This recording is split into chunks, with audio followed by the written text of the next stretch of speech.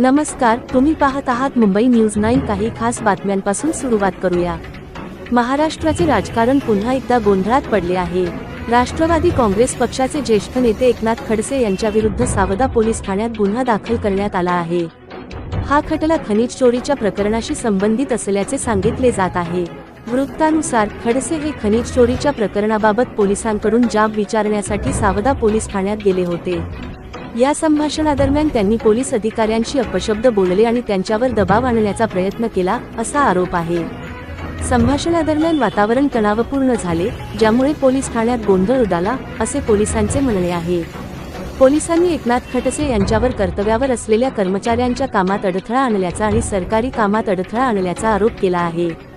त्यांच्यावर पोलीस अधिकाऱ्यांशी गैरवर्तन केल्याचाही आरोप आहे। सावदा पोलीस ठाण्यात त्यांच्याविरुद्ध भादनवीच्या कलम 296 अंतर्गत गुन्हा दाखल करण्यात आला आहे। अधिकाऱ्यांच्या मते संपूर्ण घटनेची गांभीर्याने चौकशी केली जात आहे। तपासातून जे काही तथ्य समोर येईल त्यावरून पुढील कायदेशीर कारवाई केली जाईल। पोलीस कायदा सर्वांसाठी समान आहे असे मानत असो वा नसो, आता हे प्रकरण राजकीय वळण घेऊ शकते। खडसे हे महाराष्ट्राच्या राजकारणातील एक प्रमुख व्यक्ती आहेत आणि यापूर्वी ते अनेक वादात अडकले आहेत।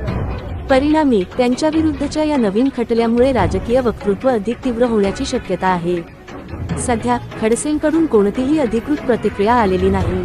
कायदा सर्वांसाठी समान आहे आणि तपास निष्पक्षपणे केला जाईल असे पोलिसांचे म्हणणे आहे। या प्रकरणात पुढे काय पावले उचलली जातात आणि खडसे त्यांच्या बचावात काय म्हणतात याकडे आता सर्वांचे लक्ष लागले आहे। सध्या एवढेच। अशाच बातम्यांसाठी संपर्कात रहा। आमचा चॅनल लाईक, शेअर, कमेंट्स आणि सबस्क्राईब करायला विसरू नका।